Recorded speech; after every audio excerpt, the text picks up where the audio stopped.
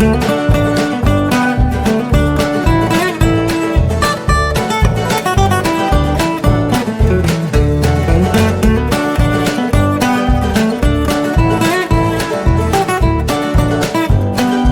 ladies and gents. Oh, I stole my car. Bobby's on the bank, nearly. Today I'm off after pike, and I've come back to a spot. Obviously when I've been barbel fishing this year and chub fishing and everything else, I've been looking out for other species, as I always do. Other opportunities to fish for other things, like it's good to be versatile and all that. So I'm at one of the spots I've been fished before, and I'm after the pike today, and I've decided to be a bit of a wild card and go for it. You know, I like big baits. Well, this big bait sort of takes the piss a bit, but I'll tell you my sort of methods behind it. Right, I'll start from the beginning. At Christmas, one of my 5 meats I had with my Christmas dinner. I had 9 Christmas dinners this year, between like Christmas Day and New Year's Eve. Really nice, I thoroughly enjoyed them. Oh yeah, so one of the meats was duck, and rather than wasting the duck carcass once I finished with it, I chucked it in my freezer, because I've seen over, like, this is coming into my third like year of start of the 3rd year of fishing rivers. I've seen ducks be taken by big pike, and it's not the little ones, it's the big ones that go for the ducks. And you know, I like to target the better fish, so I thought I'll give it a go. So I've got a whole duck carcass to put on one of the rods today. If it goes, it's gonna be a good fish. The problem I'm gonna have, I think, is knowing when to strike, because obviously with a bait that size you've got to make sure it's properly in its gob, and stuff like that. So when I'm feeling the crunching down and it's like proper going at it, that's when I'm going to strike into it, if we get a fish on it. I've also got big old mackerel, as always, about £1.5 worth of mackerel. Chop the head off, make it nice and bloody. Yeah, so that's my baits today. I have got some herring with me, some small, like slightly smaller herring, if I'm struggling for a bite, but I am going for the bigger ones. Like I said, I've seen a couple of fish and they're the ones I want. So we will see. There's a couple of cars here already, so other people are fishing the stretch. But yeah, I'm going to get my gear together and see how we get on. I'll keep you updated. Cheers for watching. So I've got a selfie stick attached to a bank stick, and it works. Look at that, like I'm like a proper what do they call them, YouTuber now. Like, so I thought I'd show you my bait before I get it in the water. So there we go. Oh shit. This is what we're fishing with today. Leftover, basically got the bone there. It's stripped most of it, but there's a lot of the under sort of meat there still. If I catch on this, it's going to be a good one. I'm expecting a bit of attraction from smaller fish as well, so I'm hoping, the plan is that a bait like this, dead duck, will actually bring in the bait fish, which will actually like just work as a feeder anyway. So whether it goes or not, the other rod with the big old mackerel might go. But if this one goes, it's going to be a decent fish. So I've also, when you're fishing with a bait like that, you've got to make a sort of different sort of rig. So the trace I'm using today, is I make all my own traces. I learnt off the Parkland Piker. I use another bloke on the Leeds book, does some videos and stuff. And he did one when I was first getting into it, and I watched him and I sort of learnt how to make my own traces with the crimps and the steel wire and stuff. What's happened here? I'm in a tangle already. So I'm going for a rotten bottom today. I've got a 2.5 ounce lead on this one, because obviously with the weight of that duck, as well as the 2.5 ounce lead, it's a lot of strain for the rod to be under. But soon as what the fuck have I done here? I'll tell you what, if I unclip it,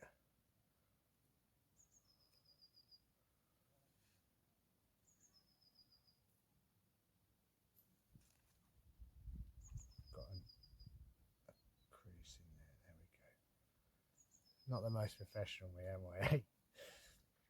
But I don't pretend to be, so it's all right. You've got some fishermen that they know everything, you see, and their fishing catalogue don't weigh up to their sort of ego. I know I'm a fucking...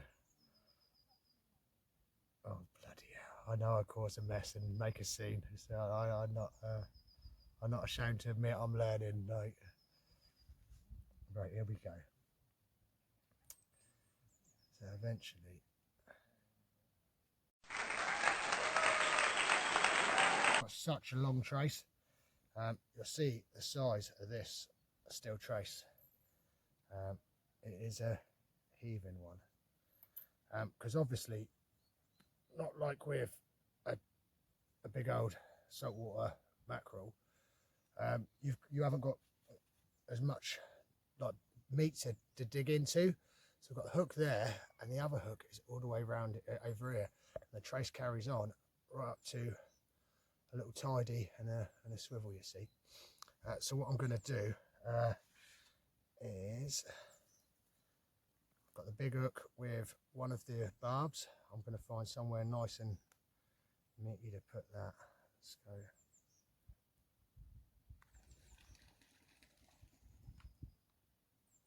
Oh, spook duck, you know what that means.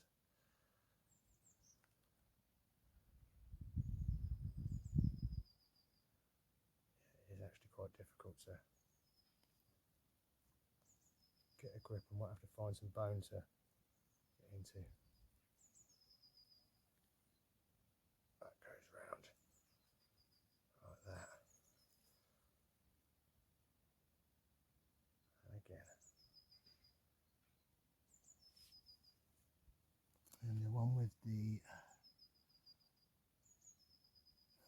that on. I'll have to go in a bit of cartilage there. Oh yeah, that's beautiful. So let's see how secure that is. Lovely. They do fish like this in Thailand and in America for catfish using chickens. So it's not like something I've made up. It is actually like something I've seen before in the past. So I'm not a genius, or an idiot. Well, maybe I am an idiot.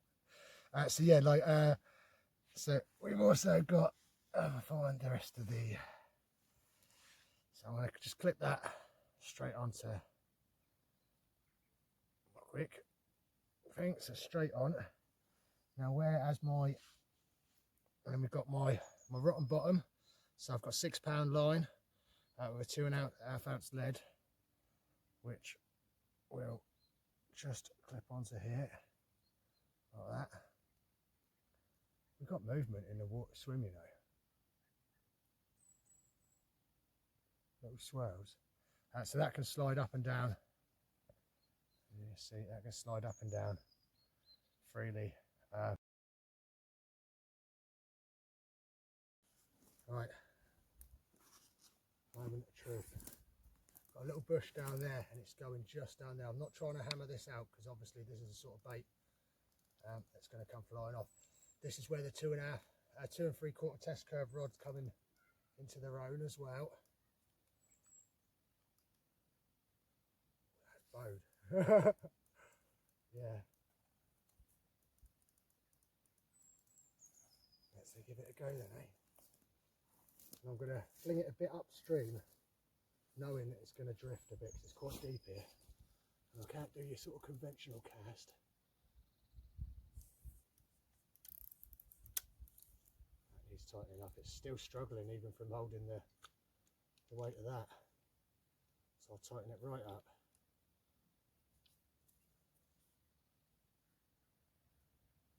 And I'll loosen it off once I get it in the water.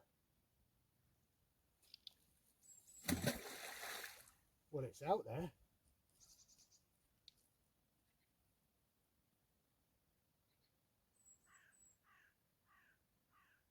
It's out there. Good stuff. Didn't actually drift as much as I'd like, so I'm going to put that one on this rest. Like that. Give it a bit of loose line.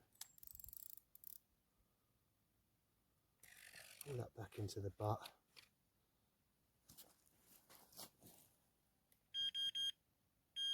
Alarm's on super sensitive. So that's one out, that's the duck out. We'll see how we go, eh? Fingers crossed we get that 20. You'll take care. Cheers for watching.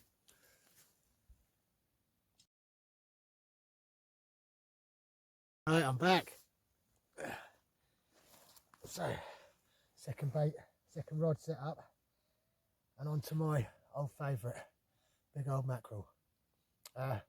This one is missing its tail because it got snagged up. It's one that I've recycled actually, so it's a bit worse for wear, but sometimes they do quite well. Don't even get the sort of, that's the sort of size. That's probably about a pound, I reckon, maybe a little bit more. But I have got a couple of bigger ones in there. Same thing going on with that one, rotten bottom, but we're going for a 3.5 ounce lead because I've got the Nash Dwarf 275 with the duck on, and this one's the Old Faithful Chub Outcast 275, the one I had the cats, the 19-pound pike. Well, no, I've had one cat on that, the one down Moor Monkton. The other cat was on the Sonic Vader. So this one's had carp to 16, 6-foot rod, 275 cat test curve, carp to 16, pike to 19. I never weighed that cap, it was about 20. What else had? They're the, oh, a sturgeon as well. It's had sturgeon to just over 10 pound as well. Right, up she goes. This one I'm going to fling a bit further.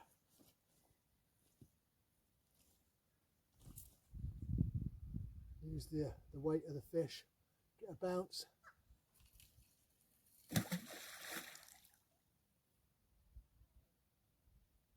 And that way you ain't just launching it. Because I've had that before and it just goes flying like that way.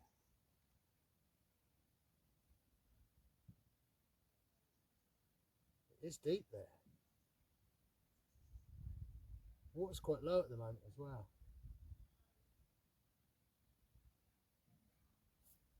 Lovely, I'm on the bottom. Loosen up that clutch. That's where I want it. Already know the bait runner's right. But I'm going to make it even looser. Get it back in the stand.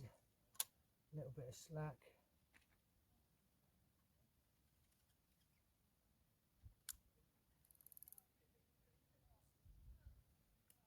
On with the alarm. Give it one check. Super sensitive again, so that smallest of bites. But the thing is, I'm using braid this year, and you see the tweaks anyway. You see the tweaks on the line and all of that. And using big baits, you don't have to worry about those deeper holds. Even the big ones, you've got plenty of time to sort them out. Like, anyway, I'm gonna have something to eat. Have a, what have I got today? I've brought a sausage sarnie, got a Lucozade, some double deckers and some mini cheddars. So that's me for the day. I'll keep you updated, and yeah, you all take care. Bye bye. Red kite up there, I don't know if you can see it, guys. Come on.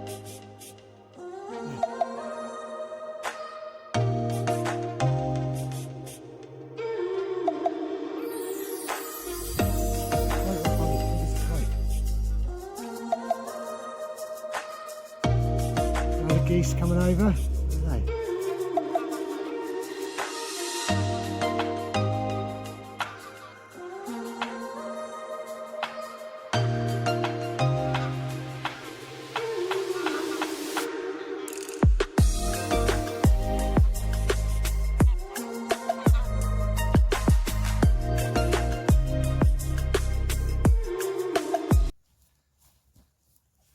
So moving into the last hour, and yeah, not had a touch on. I had a touch on this rod. I've well, it's only a little nibble. I think I saw some fish coming to the swim, and little jacks, I think. Had a little bit of a nose at it and then just realised that bait's far too big for me and buggered off. Mackerel rod's not had a touch at all, but it's getting to that good time of day, dusk and dawn. Always quite productive in the fishing world, whatever species you're going for. So yeah, I'm still feeling hopeful, and it's just been nice to be out enjoying nature. I haven't been out since before Christmas, a couple of weeks before Christmas, and had a little jack. It'd be nice to get a proper one, you know. It'd be even nicer to get a 20-pounder. I'm looking at the wrong side of the camera, it's over there. Got a new phone, so like it's hopefully I can take some better pictures. Got a tripod as well. Well, a sort of tripod. I've got a selfie stick to a bank stick wrapped around and stuff, but it seems to be better. And if I'm holding a fish, I think I'm going to get a better picture rather than like what it's usually like this. So yeah, so yeah, what I've done, I've been proactive. I'm going to get back to the fishing stuff. Yeah, I've been proactive, tried to draw them in, and I've scatter fed a load of sardines that I've chummed up to try to create a good stink in the water. So we're pushing into the last hour. Let's see, let's see. Be nice if these rods just either of them scream off. I'd prefer one on this one because obviously bigger bait, bigger fish. Like if it can eat something like that, it's got a big mouth. But I'll take one on the mackerel because that's a fair size as well. So fingers crossed we can get a fish. If not, it's nice just being out. Take care. Cheers for watching.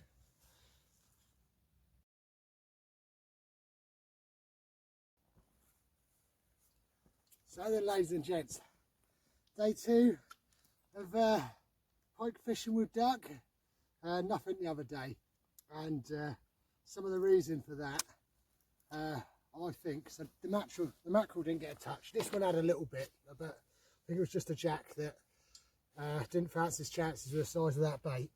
So I got my chicken back, but I only got half, my duck back, but I only got half of it. Because the rest broke off when I was reeling it in on the last cast, but I got 3 casts out of it, which I thought was quite good. So I'm up to give it another go today. I've moved a bit further down.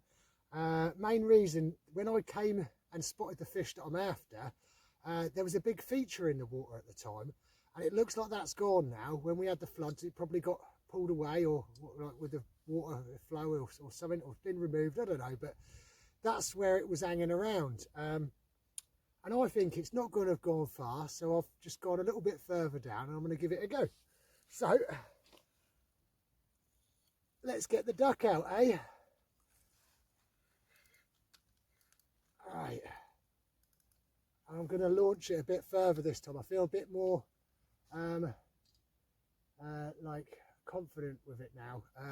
Before I wasn't too sure about the size of it and stuff like that.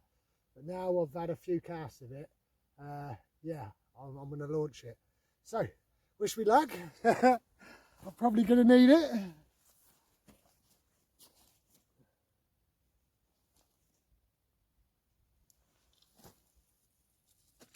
That's better. Right out in the middle in the deepness.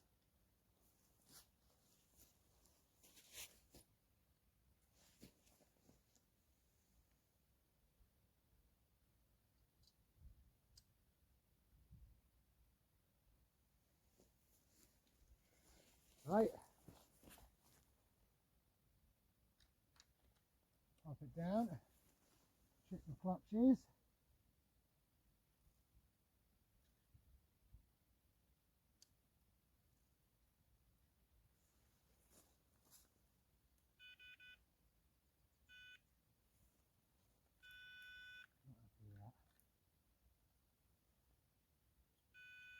Happy with that. Right.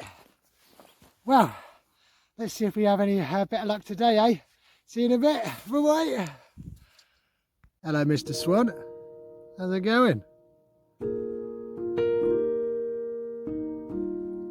Just having a little wash down there.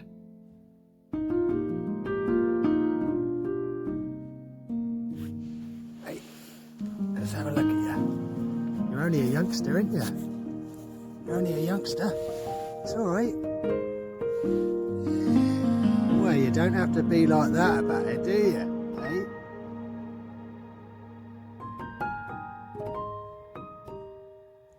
the Queen's birds, aren't they? Swans.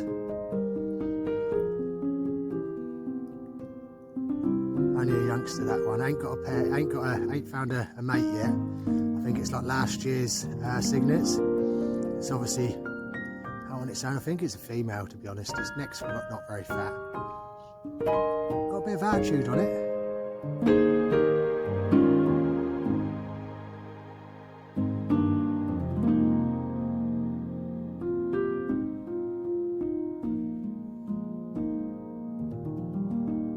Guys, the duck's just had a knock.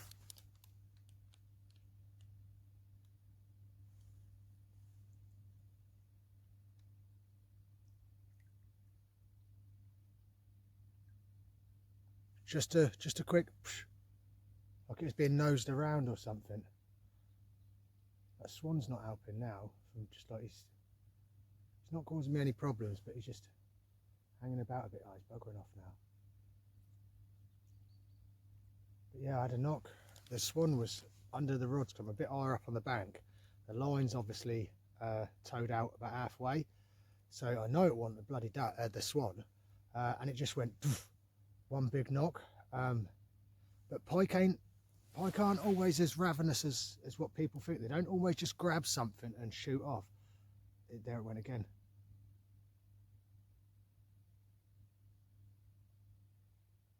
They're not stupid. Being a predator, predators are intelligent. All predators, whether they're land-based, air-based, water-based, whatever, they're usually more intelligent than what they're eating, and they investigate stuff. Oh, that is definitely a bite. It's a massive bait, so I've got plenty of time to strike. It's got to be able to get it in its mouth, so I'm waiting till it starts taking line before I'm gonna, because to be able to swallow that whole, it would have to be a 30-pounder.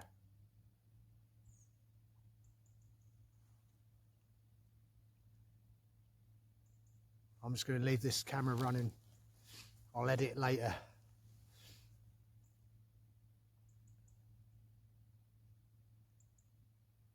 Come on, swan, fuck off now, please.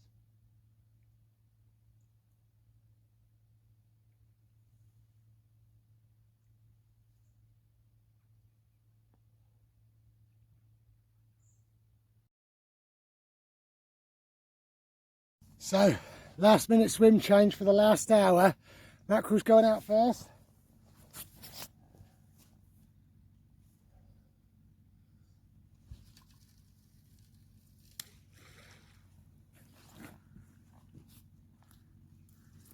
Sink that line.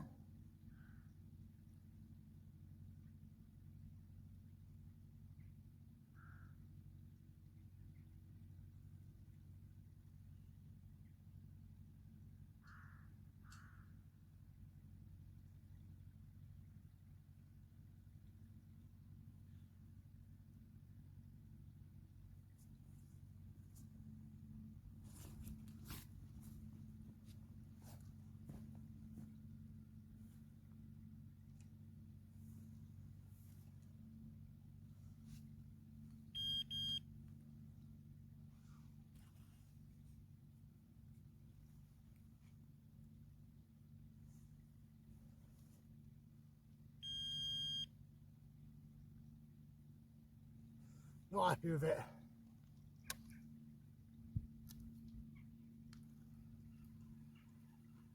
Needs a ledger on there.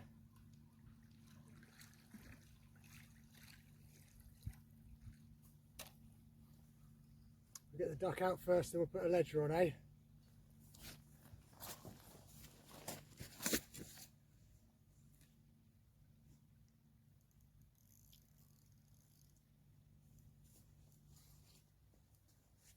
Rigs have been doing well.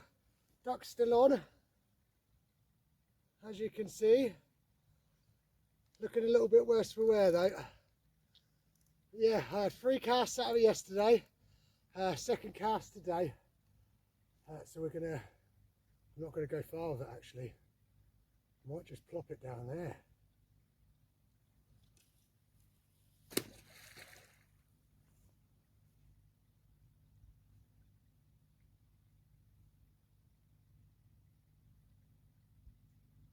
nice deep hole just down there at my feet in a bush. So I'm just going to whack it down there.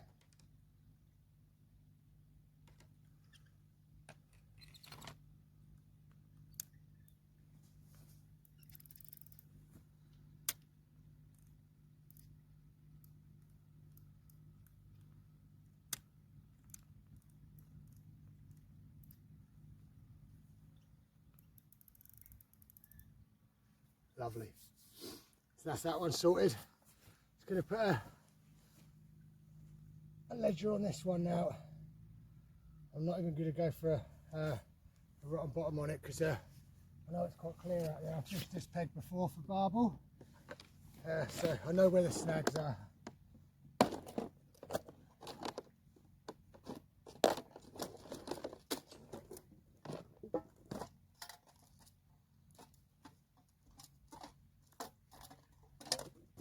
I'm just going to go for 1.5 ounces.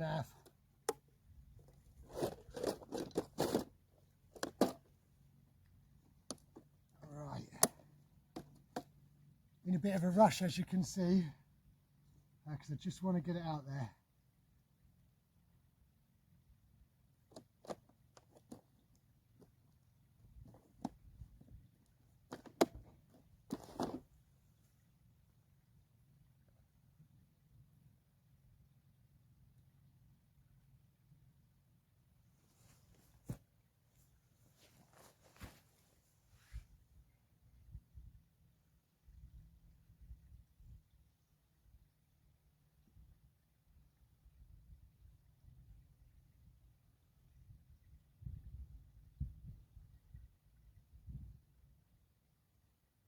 How am I going to do this?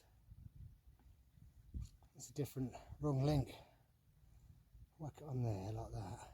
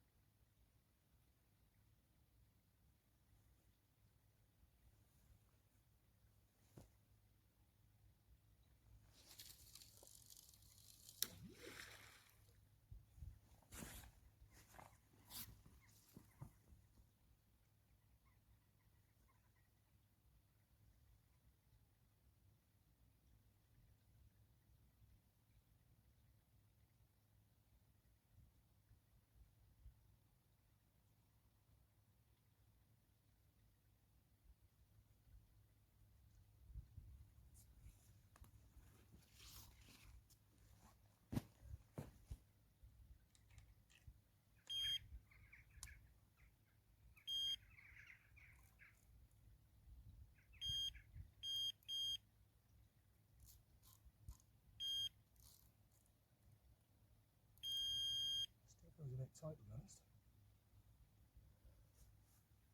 If you're wondering why I leg it over there, it's to get the right line lay, because that one's basically just off straight in front of me, so I didn't want it to drift too far. So I got over there nice and early to get the bait to the bottom, line low, and then reel in the slack. So the rods are out again, everything's set up. We'll see how we get on, eh? Take care, cheers for watching. So, moving into the last half hour after the swim change, and not a touch. Like it is with fishing, you make a decision and then you always wonder if you made the right decision if it don't go right. The crow. Yeah, so yeah, not a touch, but I haven't had a touch on the mackerel. The duck, I got a few knocks on up there. Should I stage, shouldn't I stage? Waited for bite time and just let it. But I just felt like I needed to move, and I might be right. I might get a last like knocking at on the last like sort of last chance. But moving into the last half hour, it's been a good day anyway. So unfortunately I didn't get any luck on the duck, but yeah, more action than the mackerel, if I'm honest. The mackerel's not done anything today. Maybe they're just not on the feed. and maybe I'll be in the wrong place. Who knows? But I'll let you know if I catch anything. If I don't, that's about it. You'll take care. Cheers for watching.